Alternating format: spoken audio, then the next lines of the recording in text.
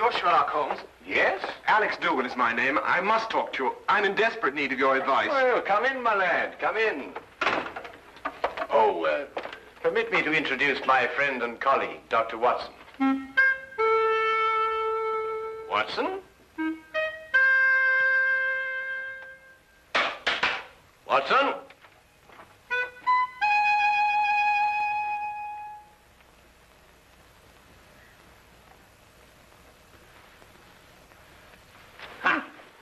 Just as I suspected. Well, Oh, my goodness me, a patient. Oh, I do beg your pardon leaving you standing there like that. Most remiss of me. There, if you'll sit down, I'll be with you in a moment.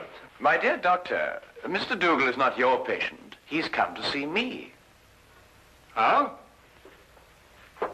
Huh.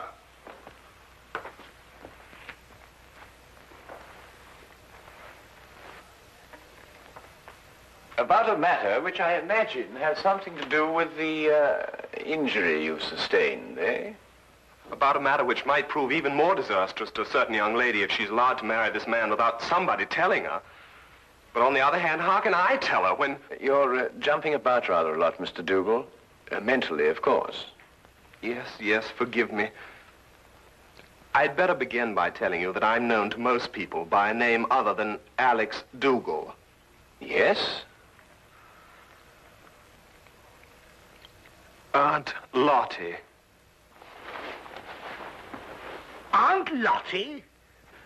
I write under that name in the Daily Observer. I'm a columnist. But Aunt Lottie? I know. It was the boss's idea. I'm really a sports writer. Don't ask me why I was assigned the job, but I do an advice for the lovelorn column. Oh, I see. You mean the readers write into you telling you their problems? And I answer them. The boss thought they'd be more apt to listen to a nice, sweet old Aunt Lottie than a Alex Dougal. Well, of course, he may have a point there, Mr. Dougal. They listen to me, all right. Act on every word I say. And that's what started all the trouble. You'll have to go back with me 2 weeks. I'd received a letter from a young lady who identified herself only with the initials S.D. She said that her father had just died and she had nobody to advise her but me. It seems that her fiancé was a man of violent temper and had on one occasion almost throttled another man for even looking at her. She wanted to know if it'd be wise to marry him. I answered her, and a day later in the editorial room, I came to know what I'd touched off.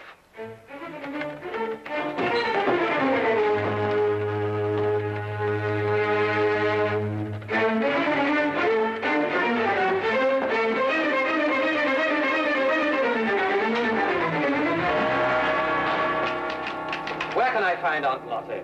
Hey! She'd better be around. Just point her out. Now, wait a minute. It just so happens that I'm Aunt Lottie, and I want to know how you got in here. You're Aunt Lottie? That's correct. And you can be certain that if you've come with any problem, I shall be most uncooperative. Are you sure you're Aunt Lottie? That is my pen name. Have you any objections? None. None at all. I'm absolutely delighted to find that Aunt Lottie is a man. Really? Why?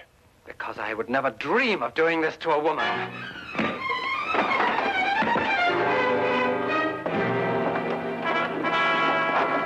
What's the meaning of this? You received a letter the other day from a young lady asking whether it was wise to marry her fiancé, a man of violent temper. That's right. You replied in your column yesterday that it would be most unwise.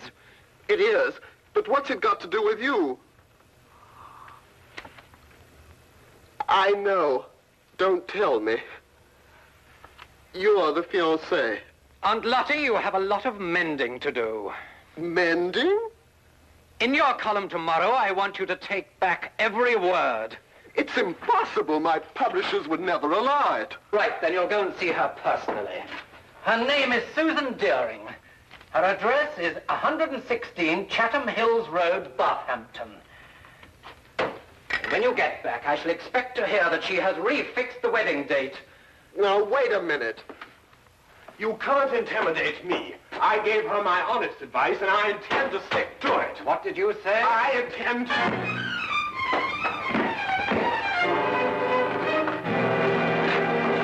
You were saying? I just wanted to know what the address was again.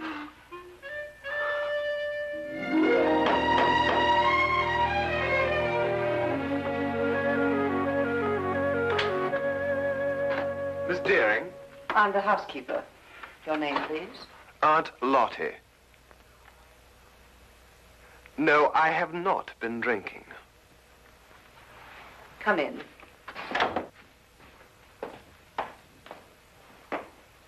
Wait here, please. I'll call her.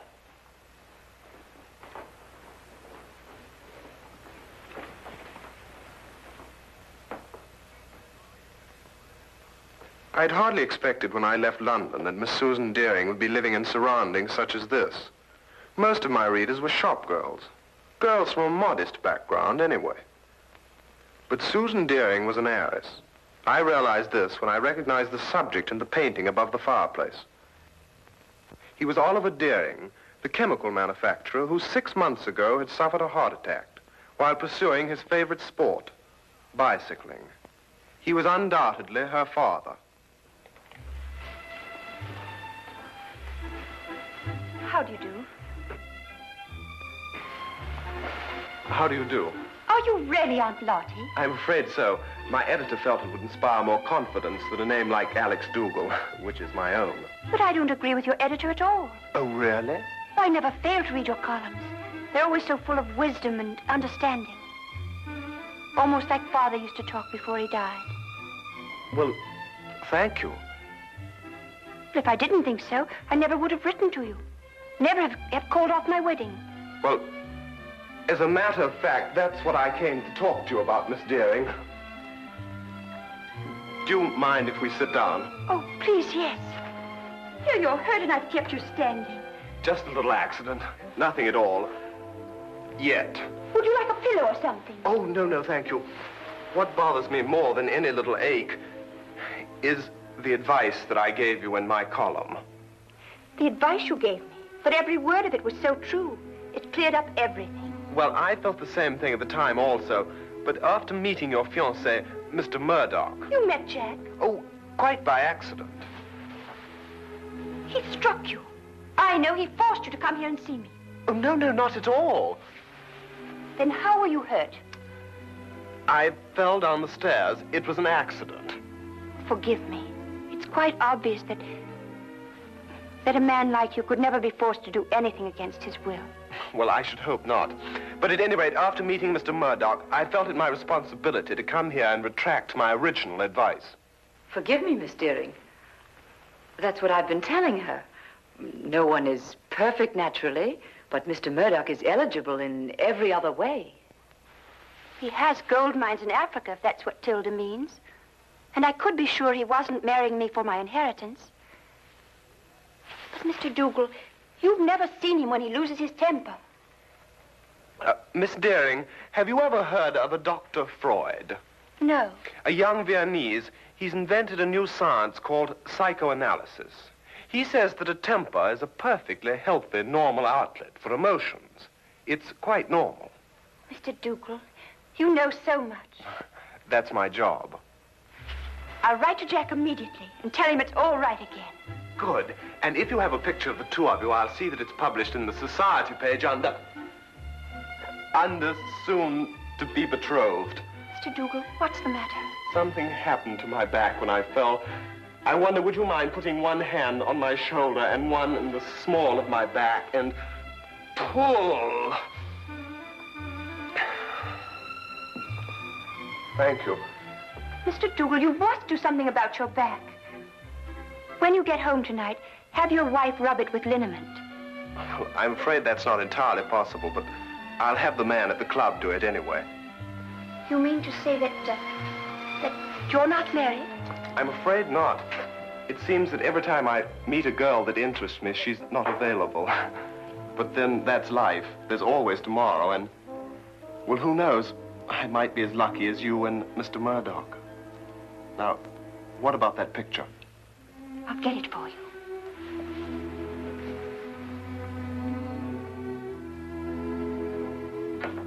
All the way back to London, my eyes kept returning to the snapshot that had been given me, and to Murdoch's face. I really hadn't had time to study him when he first came into my office. Everything had happened so fast. But now I had the clinging feeling that I'd seen him somewhere before. But where?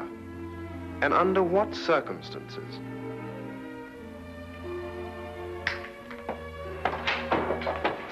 Hello, Dougal. I trust you were successful. Extremely. And I'm going back with even more confidence to make her change her mind next time. You're not Jack Murdoch, and you don't have any gold mines in Africa. You're Freddie Brill, the racetrack fixer. Now, whatever gave you that idea? I used to be a sports writer, for your information, and I remember you very well. You got flung in jail for nearly killing a jockey that double-crossed you. And if you don't think I can prove it, just come down to the library and I'll show you a back issue with your picture in it. That won't be necessary. I didn't think it would be. So it's her inheritance you're after, is it? That's it. And I don't think you'll be telling her. What are you going to do? First, I'm going to make you best man at my wedding. What? After today, I can't trust you out of my sight. As best man, you have reason for being at my side every minute. But this is insane. Secondly, I make you this promise. If Susan should learn of my true identity before we're married, I won't make inquiries as to who told her. I'll assume it was you. And if it's the last thing I do, I'll kill you.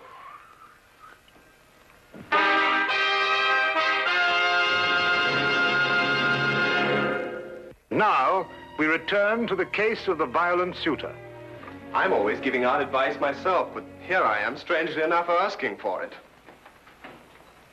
What shall I do? If I expose Murdoch, he'll obviously take his revenge on me. But on the other hand, how can I allow poor Susie to be victimized that way? I see. So it's Susie, is it? Well, up until half an hour ago when I managed to get away from him. Murdoch keeps me handcuffed to his side. And naturally, when he saw Miss Deering, I did also. Ah, yes, quite naturally. Well, there's no point in denying it that she does something strange to me. And I found myself wanting to be the groom instead of the best man. That may very well happen yet, Mr. Dougal. But how, with Murdoch still in the picture? We'll remove him from the picture. Well, it's simply stated, Holmes. But surely you don't mean to expose Murdoch and risk Mr. Dougal's life. No, Watson. If any lives are going to be risked, they'll be yours and mine. Oh. My plans aren't crystallized yet, Mr. Dougal, but my advice to you is to go back to Mr. Murdoch and continue to be his best man. You'll hear from me very soon. I'll do anything you say, Mr. Holmes. Thank you, Mr. Holmes. Not at all. Oh, wait.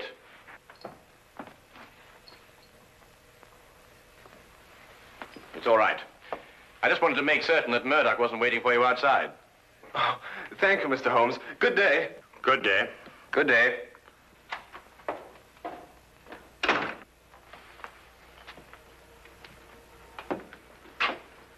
And how do you propose to help Mr. Dougal? By removing Murdoch from the picture. But how? By proving that he killed Miss Deering's father. What? Safely behind bars, Murdoch could neither marry Miss Deering or harm Dougal. But Miss Deering's father died of a heart attack. He was cycling. You heard it yourself. My dear Watson, it was made to appear as if he had been bicycling. Well, now, really, Holmes, you haven't even left the room. How can you say such a thing? Ah, here it is. I thought I'd kept it. Have a look. When that picture was published in the papers, I showed it to Inspector Lestrade as proof that Oliver Deering was murdered. But the good old inspector, with his usual dim-wittedness, refused to pay any attention to it. Well, I must say I can't see any signs of murder here. Notice Deering's coat. Yes, well. It's buttoned on the left side. So? Have a look at your own. Well, yes, I see that, but... It's my theory that Deering was at home in his shirt sleeves when Murdoch struck him a blow on the back of the head that killed him. Then, in an effort to disguise his crime, Murdoch, with the aid of a woman, dressed Deering and deposited him and his bicycle on a lonely stretch of country road. But the mistake had been made of buttoning his coat on the wrong side. Yes, but look here, just a minute. You've just talked about a woman. What woman? Well, his accomplice, of course. A woman would be more apt to button Deering's coat on the left side, since it was customary for her to button hers in that way. And talking of coats, I think you'd better take yours. It's going to be chilly in the country tonight. Well, assuming everything you say is true, what's the motive in killing Deering? Well, my guess is that Deering found out Murdoch's true identity and prevented him marrying his daughter. And Murdoch, seeing himself losing a fortune, lost his temper again. Come on, Watson. We'll pick up Lestrade on the way. Right. Take my coat.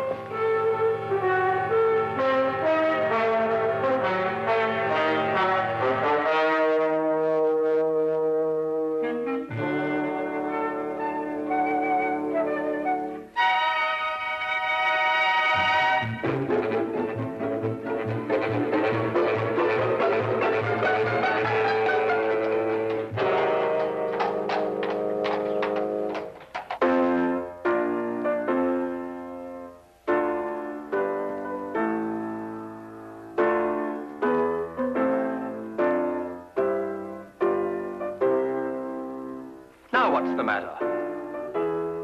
I got a twist in my back. Are you still complaining about that? Don't you talk to him like that. I'll talk to him any way I choose. Not around me, Jack Murdoch, you won't.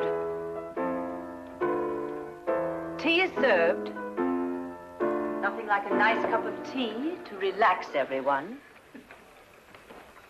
If you don't keep your temper, you'll ruin everything. It's all right, Tilda. I'll pour.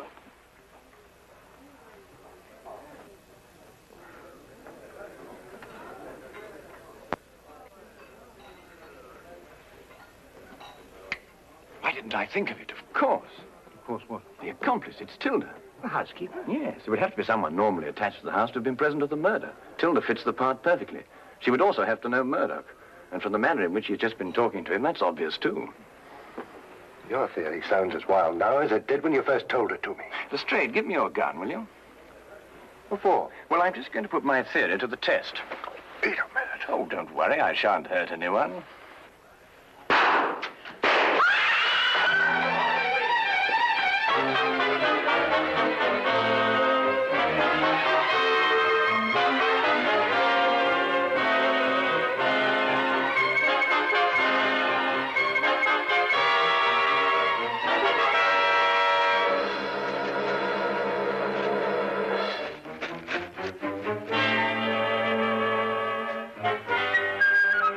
Holmes, what in thunder made you do a thing like this? No time to explain now. They'll have the staff out, search the grounds. If they find us, the whole plan's ruined. Well, now, where's Lestrade? Lestrade! Shh! Lestrade! He was behind us when I lost. Look. Oh, confound him. If they find him, everything will be ruined. Here, we'd better go and find him ourselves. Lestrade. Lestrade. Oh, no, Holmes, look. Well, well, well. Only the good inspector could have managed that. Well, Lestrade, you look like a stranded whale. What is this thing? It's a badminton net. Were you running with your eyes shut? Here. Holmes, listen. The gardeners, I expect. They're coming this way. We've got to get to the carriage. Come on, Lestrade. Get me out of this thing. Oh, there's no time for that. Come on.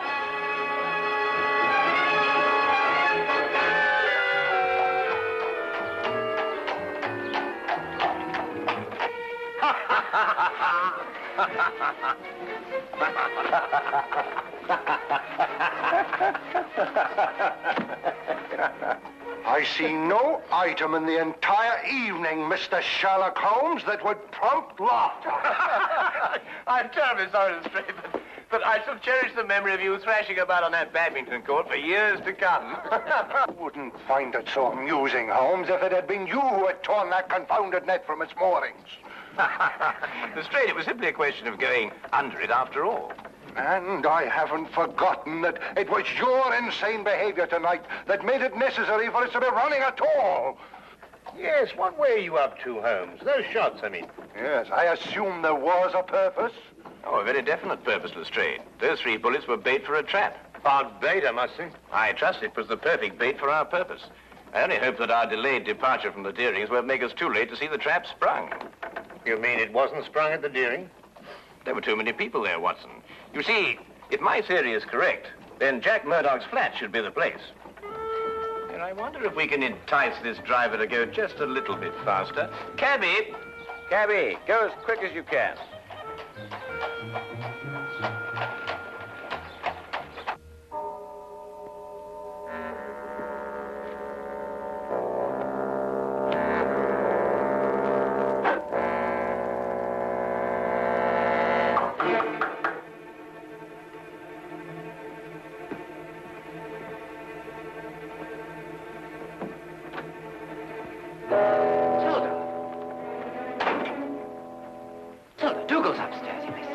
I'm not staying long.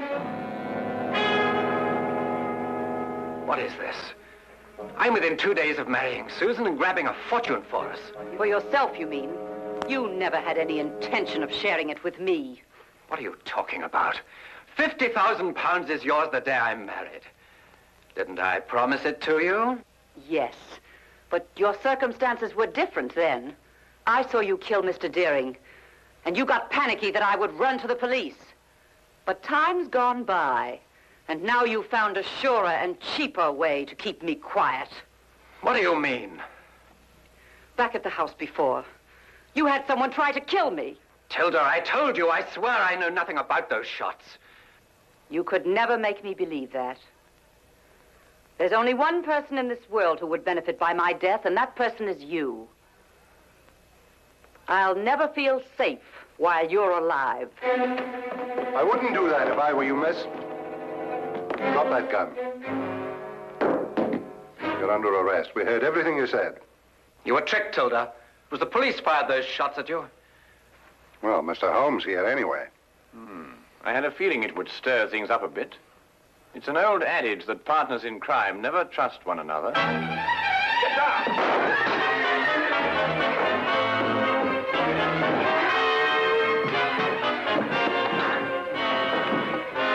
Well, I'll be... I've been practicing my ride ever since I met him. Ah, well done, my boy. Well done.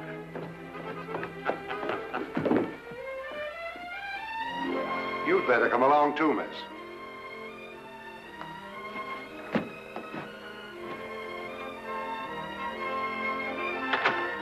I believe I've outgrown the Aunt Lottie label now. I'm going to ask Susan to marry me. Good for you. First thing tomorrow morning. It's too late tonight. Oh, I don't think it's too late. You don't? No. Definitely not. I'll go right now. Good idea.